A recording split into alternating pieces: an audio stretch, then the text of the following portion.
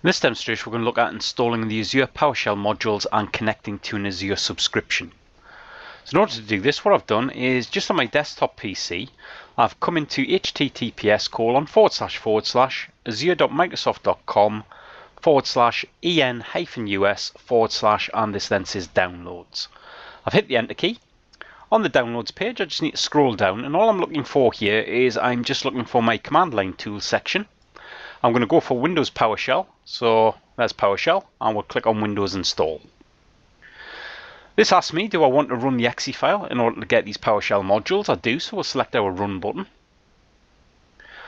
On our user account control, I will say yes to this.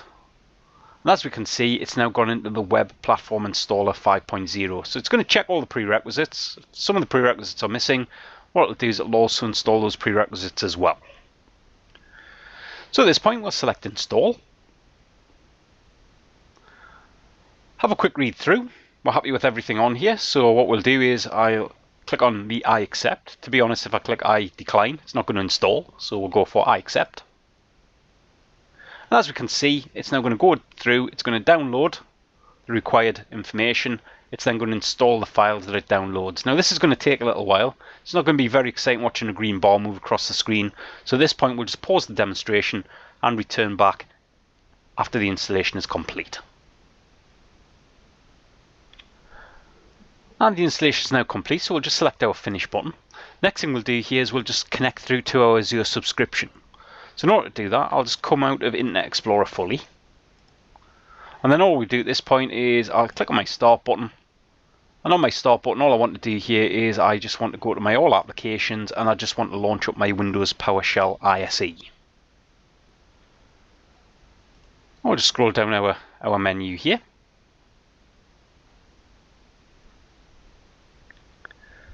And I'll select Windows PowerShell ISE. And now we're in our Windows PowerShell ISE. Let's just get a list of the modules that we have, and we'll do that by just issuing a PowerShell commandlet. And that commandlet will be get-module-list available. So we'll hit the enter key. That'll go away and just get a list of our modules. And the ones I'm interested in here really, if we have a look down here, we can see we've got all our Azure RM. So we've got all our Resource Manager commandlets. And that's because we've just installed our Windows Azure PowerShell modules onto this desktop PC. So the next thing we're going to do here is we're just going to actually add our Azure subscription. So all I'll do at this point here is I'll just clear the screen off to make it a little bit easier to read. And what we'll do here is we'll just issue the commandlet to add our Azure account. I'm going to do that by issuing the add-Azure RM account.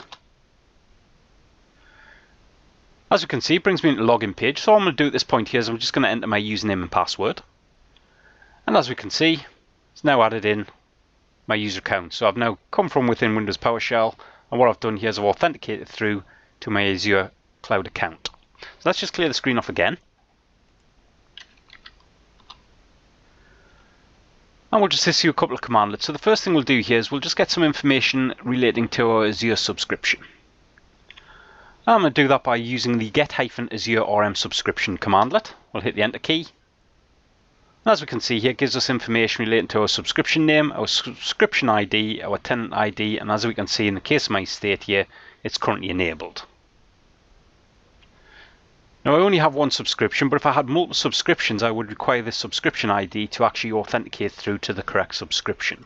So all we'll do, yet again, we'll just clear the screen off here. And in order to select your Azure subscription, we use another PowerShell commandlet. And we do that by issuing the select-Azure RM subscription, subscription ID, and then the subscription ID itself. And as we can see, it's just provided us or returned back the information that we already had. Like we said, we only have one subscription at the minute.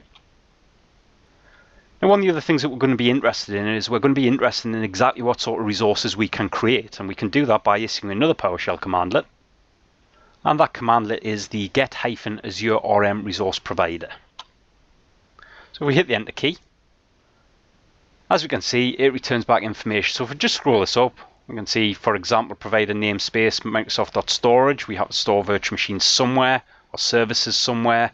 And we can see that we have a number of features that we can actually resource or create within our Azure portal or within our Azure PowerShell commandlets. So what I'm interested in here is I'm actually interested in resources that I can create relating to compute. So I have a Microsoft.compute provider. So what we'll do is we'll get some information relating to that provider.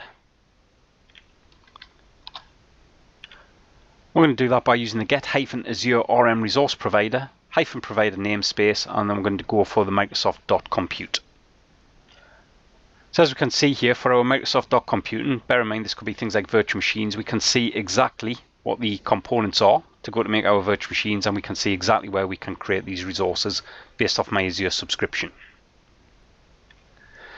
Let's just clear the screen off again. And what I'm interested in here is I'm interested in identifying list resources that are implemented by the Microsoft.compute provider in the Eastern United States. So what we can do is we can issue another PowerShell commandlet that will give us that information. I'm going to do that by issuing my get-Azure RM resource provider, -provider namespace. We're going to go for the Microsoft.compute yet again. And then if we scroll this along, we can see -location. And in the case of the location, I'm looking for East US. And if we have a look here, we can see, for example, Microsoft.compute registered virtual machines metric definitions, so East US, East US2, West US. And if we scroll this up, we can see information relating to the United States. Now, as you can manage, most of the tasks that we would perform through our graphic user interface can also be performed through Microsoft PowerShell. And as you can imagine, there's going to be quite a few commandlets. We don't really have enough time within this demonstration to actually go through every single commandlet. But as you can see, it is fairly straightforward to actually install the Azure PowerShell commandlets. And that's the end of this demonstration. Thank you.